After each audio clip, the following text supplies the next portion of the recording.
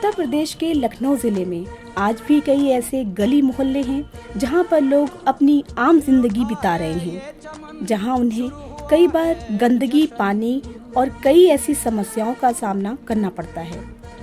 क्या उन्हें पता है कि उन समस्याओं के लिए आम इंसान अपनी आवाज़ उठा सकता है या उस महकमे से सीधे सवाल जवाब कर सकता है? नई मंजिलों की राह चल चली एनजीओ को भी लाया जाए आरटीआई के दायरे में। ये आरटीआई क्या है? हमें तो नहीं पता, हमने तो पहली बार इसका नाम सुना। इसमें बस सिर्फ इतना लिखा हुआ है कि सूचना का अधिकार आरटीआई, लेकिन ये है क्या? मुझे नहीं पता। अरे हमें नहीं पता तो और लोगों को तो पता ही होगा। हाँ, हो सकता है।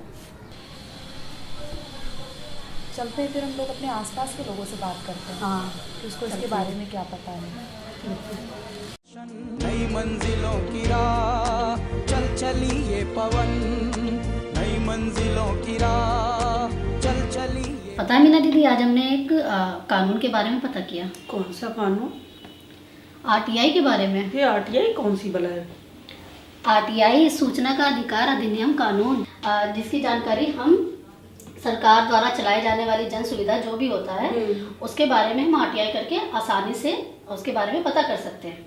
अरे तो ले सकते हैं, पूरी सरकार जो सूचना जो भी चीजें चला रही है उसके बारे में तुमको जानकारी हो। अरे मीना दीदी सच बोल रहे हैं, आरटीआई द्वारा हमें सब पता चल सकता है। जैसे कि अब हमारे मोहल्ले में सड़क बन रही है, ठीक है, और सड़क बन रही है, अब उसके लिए तो हमें पता नहीं है सरकार कितना पैसा दे रही है, ये हम पता तो कर नहीं सकते, सरकार से डायरेक्ट भी नहीं पूछ सकते। तो हम आरटीआई द्वारा सरकार से ये मांग कर सकते हैं कि कितना पैसा हमारी सड़क पे पास हुआ है और किन किन चीज़ों पे कितना पैसा खर्च हुआ है। पता है दीदी, जब हम उसको पता करने के लिए गए तो कितने ही लोगों को पता ही नहीं था इसके बारे में, जैसे हमको नहीं पता था।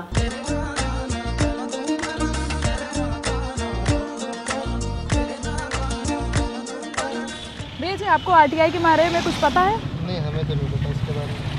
हमको आरटीआई के बारे में कुछ नहीं पता। आरटीआई के बारे में हमें कोई जानकारी नहीं।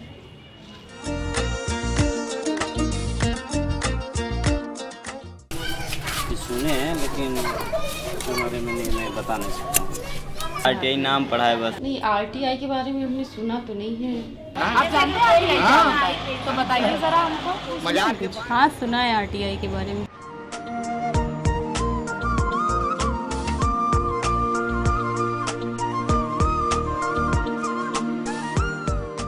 सच्चाई यही है कि अभी भी बहुत लोग इस कानून के बारे में नहीं जानते हैं कि कैसे एप्लीकेशन दी जाए, कहाँ एप्लीकेशन दी जाए, ये है क्या भला ये सूचना का अधिकार अधिनियम 2005। उसका जो टाइटल है वो अपने आप में सारी बात कहता है कि सूचना का अधिकार अधिनियम 2005, यानी कि हमको सरकार से, गवर्नमेंट बॉडीज से, गवर्नमेंट ऑर्गेनाइजेशन से, सेमी गवर्नमेंट ऑर्गेनाइजेशन से भी कुछ हद तक ये सूचना मांगने का अधिकार है कि वो क्या कर रहे हैं, हमारे लिए क्या हो रहा है, हम किस तरह से उनका फ़ायदा हमें मिल रहा है, हमारे लिए क्या बजट आया है। यानी एक अकाउंटेबिलिटी, जो अकाउंटेबिलिटी की बात है, एक पारदर्शिता की बात है।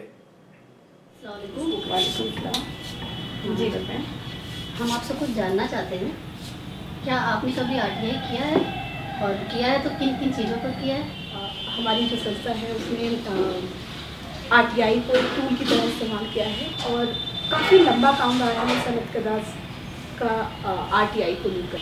जैसे कि अगर हम बात करें तो जिस स्कॉलरशिप का बहुत बड़ा मसला है, यूपी में जो भी स्कीम चल रही है, यूपी का हो या भारत सरकार का हो, यानी स्टेट गवर्नमेंट का हो या सेंट्रल गवर्नमेंट का हो, तो जो भी स्कीम्स है उसमें जो एक सबसे बड़ा लार्जर स्कीम है वो स्कॉलरशिप है, प्री मैट्रिक और पोस्ट मैट्रिक। उसके लिए हमने आरटीआई किया था। प्रोग्राम चलता है लीडरशिप बिल्डिंग प्रोग्राम, जो खासकर हम लड़कियों के साथ करते हैं। तो बतौर आरटीआई की जानकारी, इस जानकारी को लड़कियों के साथ कैसे बांटा जाए, उनके लिए हमने एक ट्रेनिंग ऑर्गेनाइज की और उस ट्रेनिंग में हमने लड़कियों को सिखाने की कोशिश की है कि आरटीआई क्या है, आरटीआई के फ़ायदे क्या हैं और आरटीआई को कैसे किया जाए। आप हमें बताइए कि आपने कभी आरटीआई का इस्तेमाल किया? हाँ, कई बार इस्तेमाल किया है। जैसे जैसे यहाँ पे बहुत सारी महिलाएं आती हैं, तो महिलाओं का क्या है, अगर उनको कोर्ट में केस करना है, पहली बात तो ये तो सभी को पता है कि बहुत जगह से समझौता कर करके तब तो घर से बाहर निकलती हैं। फिर अगर किसी तरीके से संस्था में पहुंची हैं और सारे रास्ते बंद हो गए हैं उनके, अगर वापस जाने के, घर वापस जाने के, पहली कोशिश तो वही करती हैं वापस जाना है। फिर अगर किसी सूरत में कोर्ट केस करती हैं, खासकर जब भरण पोषण का केस करती हैं जिसमें उनको खर्चा पानी चाहिए होता है अपने पार्टनर से, अपने पति से, तो उसको लेके फिर, और यहाँ पे क्या होता है, महिलाओं को पता ही नहीं होता उनके पति कहाँ काम करते हैं, उनको कितनी तनख्वाह मिलती है, कौन से पद पे काम करते हैं। तो अभी तक की ज़्यादातर आरटीआई तो हमने यही दाखिल करी है कि उनको ये पता होता है पुलिस में है, खाकी वर्दी पहनते हो पुलिस में है, पुलिस के कितने विभाग हैं, कोई किशोर न्यायालय में है कि कहाँ है। तो एक इसको जानने के लिए हम लोगों ने कई बार आरटीआई दाखिल करी है कि कहाँ पे इसके पति काम करता है, कहाँ पे काम करता है, किस पद पे काम करता है, अभी वर्तमान समय में कहाँ पे तैनात है और कितनी तनख्वाह मिल रही है। ज़्यादातर इसी तरीके के हम लोग ने आरटीआई दाखिल किए हैं। इसके साथ ही जो घरेलू हिंसा कानून है उसका स्टेटस जानने के लिए भी हम लोगों ने कई बार आरटीआई का इस्तेमाल किया है। आरटीआई वास्तव में अगर देखा जाए तो ये सामान्य व्यक्ति के हाथ में एक ऐसा हथियार है जिससे कि वो अपने संबंध में जिन गोपनीय चीज़ों को गोपनीय रखा जाता था उनके बारे में बहुत आसानी से जान सकता है। हमारे हस्बैंड गवर्नमेंट जॉब करते हैं, तो ऑफिस का कोई काम होता है, यदि नहीं होता है तो यहाँ से आरटीआई एक फॉर्म आता है, वो भर के भेजा जाता है ऑफिस में कि वहाँ मतलब पता करो कि हम इस बारे में जानकारी करना चाह रहे हैं कि अभी तक हमें क्यों नहीं कोई जानकारी मिली अपने नौकरी के बारे में या कोई अपने जीपीएफ के बारे में किसी तरह का कोई, तो वहाँ से जवाब देता है, इतना जानते हैं। मेरा नाम सबिहा अहमद है और मैं सोशल वेलफेयर वर्क करती रहती हूँ। मुझे चूँकि ज़्यादातर हर झोपड़पट्टी में जाती हूँ तो एक कॉमन चीज़ नज़र आती है, वो ये आती है कि उनके पास वोटर कार्ड होगा, उनके पास राशन कार्ड भी होगा, उनके पास आधार कार्ड तो है, लेकिन बीपीएल कार्ड किसी के पास नहीं होता, यानी बिलो पॉवर्टी लाइन, गरीबी रेखा से नीचे वाला कार्ड, वो किसी के पास नहीं होता है। फिर जब मैं विभाग में जाती हूँ और बात करती हूँ कि किसी के लिए बीपीएल कार्ड बनवाना है या ऐसे बात करती हूँ, तो वहाँ से ये रिस्पांस मिलता है कि बीपीएल कार्ड तो इतने हज़ारों में बन चुके हैं। फिर मैं हैरान होती हूँ तो दूसरी जगह जाती हूँ कि भाई क्या बने हैं आप लोगों को, तो फिर आंकड़ा निकल के आता है 0 कि किसी के भी बीपीएल कार्ड नहीं बने। तो एक बार मैंने कहा कि ये पूरा क्लियर कर लेते हैं। तो जैसे मैंने बताया कि हमारी बहुत अजीज़ और बहुत अच्छी शख्सियत है, उन्होंने हमसे कहा कि सबिया तुम आरटीआई की मदद लो। तो हमने ज़िला व आपूर्ति विभाग में ये लेटर भेजा और उनसे एक पर्टिकुलर क्षेत्र का हमने डिटेल्स मांगी कि आप लोगों ने कितने लोगों को बीपीएल कार्ड इशू किए हैं, कृपया हमें वो संख्या क्षेत्र वाइज बता दें। तो वो मुझे संख्या लिख के आ गई। ये हमारा एक बहुत, हमें उससे आराम हो गया कि पूरा हमारे पास एक डेटा आ गया। और फिर मैंने उस डेटा को ऑथेंटिक है कि नहीं ये जानने के लिए उन क्षेत्रों में दोबारा दौरा किया, और जब मैंने उन जिन क्षेत्रों का जिक्र था वहाँ जाके देखा तो वो आंकड़ा बिल्कुल सही था, बिल्कुल सही था। आरटीआई के यूज़ से हमें आइडिया मिल गया कि किन किन क्षेत्रों में ये काम किया जा चुका है। अब जहाँ नहीं किया है हम वहाँ अपना तवज्जो कर लेते हैं, तो हमारा ये काम थोड़ा काफ़ी हद तक आसान हो गया। तो आरटीआई से जो हमें इन्फॉर्मेशन तुरंत मिली, फास्ट मिली और कोई थर्ड पर्सन की ज़रूरत नहीं पड़ी। हमने सीधे ऑनलाइन देखा एड्रेस वगैरह, किसको हमें एड्रेस करना है लेटर, वो हमने पढ़ लिया उसमें से। फिर हमने लेटर ड्राफ्ट किया, उसके साथ 10 रुपये का ड्राफ्ट किया और फिर हमने उसको पोस्ट किया। हमारे पास विदिन 9 से 10 दिन में हमारे पास जवाब इसका आ गया, पूरा जवाब आ गया और हमने वो पढ़ा और कंपाइल कर लिया अपनी फ़ाइल में। आज हम बात करेंगे मिस्टर जावेद उस्मानी जी से, जो कि राज्य सूचना आयोग में मुख्य सूचना आयुक्त हैं। हम आपसे जानना चाहेंगे कि आपके पास हर महीने कितनी अपीलें आती हैं? देखिए, राज्य सूचना आयोग में पूरे प्रदेश से अपीलें और शिकायतें 2 तरह के कागजात प्राप्त होते हैं। एक्ट की धारा 18 के तहत कोई भी आवेदक आयोग में शिकायत फाइल कर सकता है और एक्ट की धारा 19 के तहत कोई आवेदक आयोग में अपील फाइल कर सकता है। औसतन राज्य सूचना आयोग में पूरे प्रदेश से प्रतिदिन लगभग 300 अपीलें और शिकायतें प्राप्त होती हैं। मैं अपने कोर्ट में on an average 30-40 case per day लगाता हूँ। हमारे आयोग में मुख्य सूचना आयुक्त के अलावा 9 सूचना आयुक्त भी कार्यरत हैं, तो इस तरह से 10 सुनवाई कक्ष चल रहे हैं। सबसे पहली कड़ी जो है वो जन सूचना अधिकारी या पब्लिक इन्फॉर्मेशन ऑफिसर, वो सबसे पहली कड़ी है। दूसरी कड़ी है प्रथम अपीलीय प्राधिकारी, फर्स्ट अपेलेट अथॉरिटी। और आखिरी कड़ी जो है वो राज्य सूचना आयोग में सूचना आयुक्त या मुख्य सूचना आयुक्त है।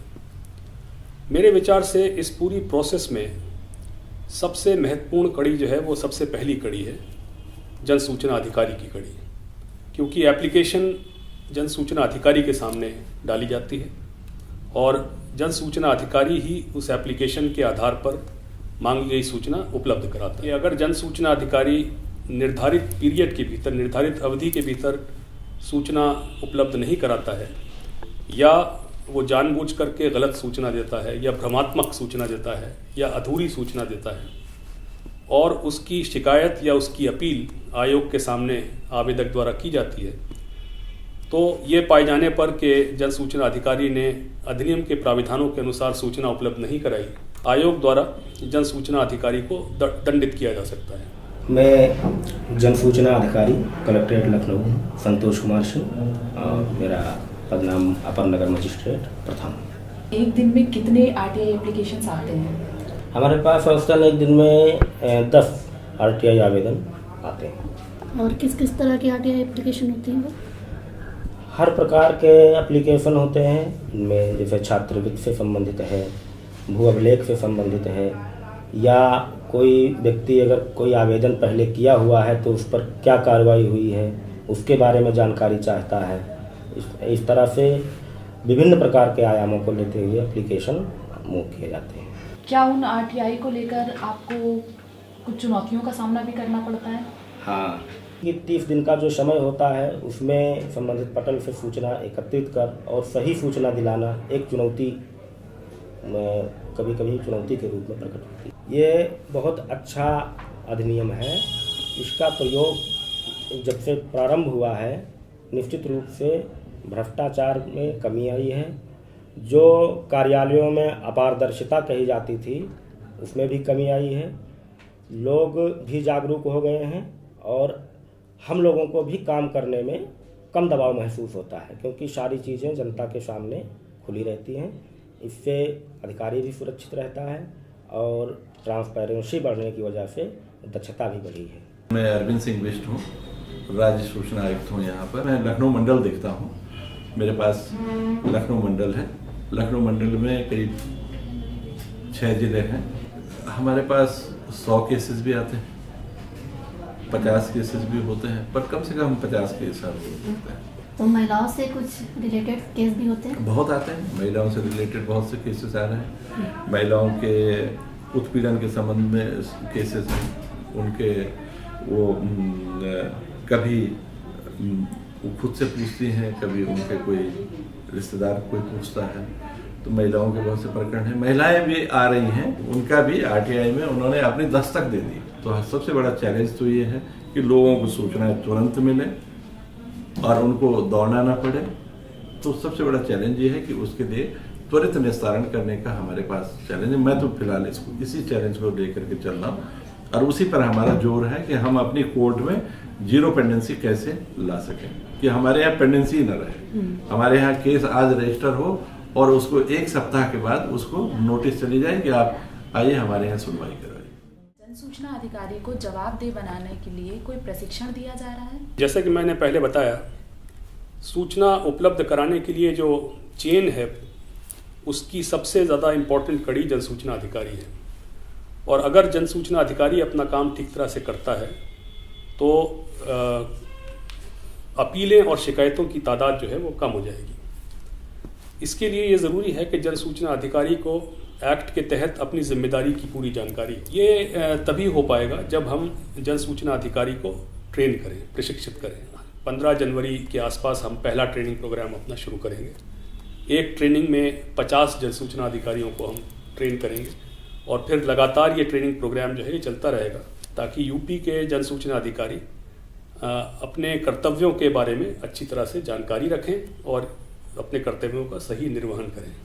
देखिए, आम लोगों तक जानकारी पहुंचाने के कई साधन होते हैं। सबसे पहले तो हम अगले कुछ दिनों में एडवर्टीजमेंट निकाले। इसमें हम जो नए नियम अभी सरकार ने अडॉप्ट किए हैं, सूचना का अधिकार नियमावली 2015, उन नए नियमों में किसी आवेदक को अगर सूचना प्राप्त करनी है और उसे एक एप्लीकेशन डालनी है सूचना लेने के लिए किसी पीआईओ के सामने, तो उस एप्लीकेशन का क्या प्रारूप होना चाहिए और किस तरह की सूचनाएं वो मांग सकता है और किस तरह की सूचनाएं वो नहीं मांग सकता, ये जानकारी आम आदमी को पहुंचाने के लिए हम आने वाले कुछ दिनों में अखबारों में एडवर्टीजमेंट्स निकालेंगे। इसके अलावा हम कुछ ब्रोशर्स और पैम्फलेट्स छपवा करके अपने पीआईओस को उपलब्ध कराएंगे ताकि जो आम जनता आती है तो उसके सवालों का जवाब वो दे सके। और इसके अलावा हम अपनी वेबसाइट एक बना रहे हैं, उस वेबसाइट में आम जनता की जानकारी के लिए बहुत कुछ होगा वो, और कुछ इंटरैक्टिव भी होगा, उसमें सवालों के जवाब भी होंगे। आरटीआई के बारे में आवाम को क्या संदेश देना चाहते हैं? मैं आम जनता से ये अपील करूंगा कि आरटीआई एक्ट का बहुत विजडम के साथ प्रयोग करें, खूब अच्छा प्रयोग करें। जब कभी भी जानकारी उनको चाहिए उसको सरकारी संस्थाओं से, सरकारी विभागों से इस एक्ट के माध्यम से वो ले सकते हैं। और इस एक्ट का सही उपयोग अगर वो करेंगे तो निश्चित रूप से जो इस एक्ट के ऑब्जेक्टिव्स हैं वो उन ऑब्जेक्टिव्स हम प्राप्त कर पाएंगे। ये तो बहुत अच्छी बात है। तुम ये भी कर सके, पिछली बार तुमने स्कॉलरशिप का अपना फॉर्म डाला था ना, हाँ, उसका पैसा अभी तक नहीं आया। इसीलिए तुमने इतनी माथापच्ची करी, इसीलिए इतना हमने दौड़े हैं लोगों के पास, दिन भर बाहर रहे हैं, ये इसी के लिए कि आरटीआई के बारे में पहले हम खुद जान लें, तभी तो हम आरटीआई करेंगे। और अब हम भी जा रहे हैं आरटीआई करने अपनी स्कॉलरशिप के लिए। पता तो करें क्यों नहीं आई आखिर 2 साल से मेरी स्कॉलरशिप। अब भी हमें आरटीआई करना सिखाइए। तुमको किस चीज़ में आरटीआई करनी है? हमने 2 साल पहले स्कॉलरशिप में अपना फॉर्म डाला था और मेरी स्कॉलरशिप अभी तक नहीं है। फॉर्म की फोटोकॉपी लाई हो? हाँ, है मेरे पास। एक सादे कागज पर हम एक आवेदन संबंधित विभाग को लिखेंगे, जिसमें हम अपने मुद्दे से संबंधित 3 से 4 सवाल ही पूछ सकते हैं जो प्रासंगिक हो। जैसे सवाल नंबर 1, मेरी स्कॉलरशिप किन किन कारणों से रोकी गई। सवाल नंबर 2, स्कॉलरशिप प्राप्त बच्चों की प्रमाणित सूची उपलब्ध कराएं। सवाल नंबर 3, वित्तीय वर्ष 2013 और 14 में कुल कितना बजट स्कॉलरशिप के लिए पास हुआ था। आवेदन लिखने के बाद पहले किए गए आवेदन की फोटोकॉपी अटैच करें। साथ ही आवेदन के साथ 10 रुपए का पोस्टल ऑर्डर भी अटैच करें। एक सादे लिफाफे में संबंधित विभाग का पूरा पता लिखें और इस आवेदन को संबंधित विभाग में नियुक्त जन सूचना अधिकारी को दे दें। और याद रखें कि इस आवेदन की फोटोकॉपी पर अधिकारी का हस्ताक्षर जरूर लें, ताकि वो ये ना कह पाए कि आवेदन हमारे तक पहुंचा ही नहीं या आपने आवेदन दिया ही नहीं।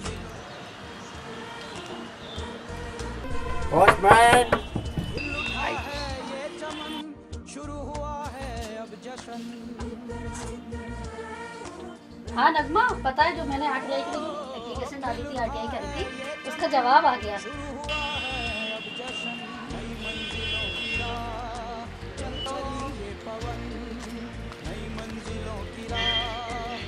अच्छा, आपने फोन पे बताया था कि आरटीआई का जवाब आ गया। जवाब नहीं आया। जो स्कॉलरशिप के लिए मैंने जो डॉक्यूमेंट्स लगाए थे उसमें मैंने आय प्रमाण पत्र ओरिजिनल ही नहीं लगाया था। अच्छा, हाँ, इसलिए मेरी स्कॉलरशिप नहीं आ रही थी।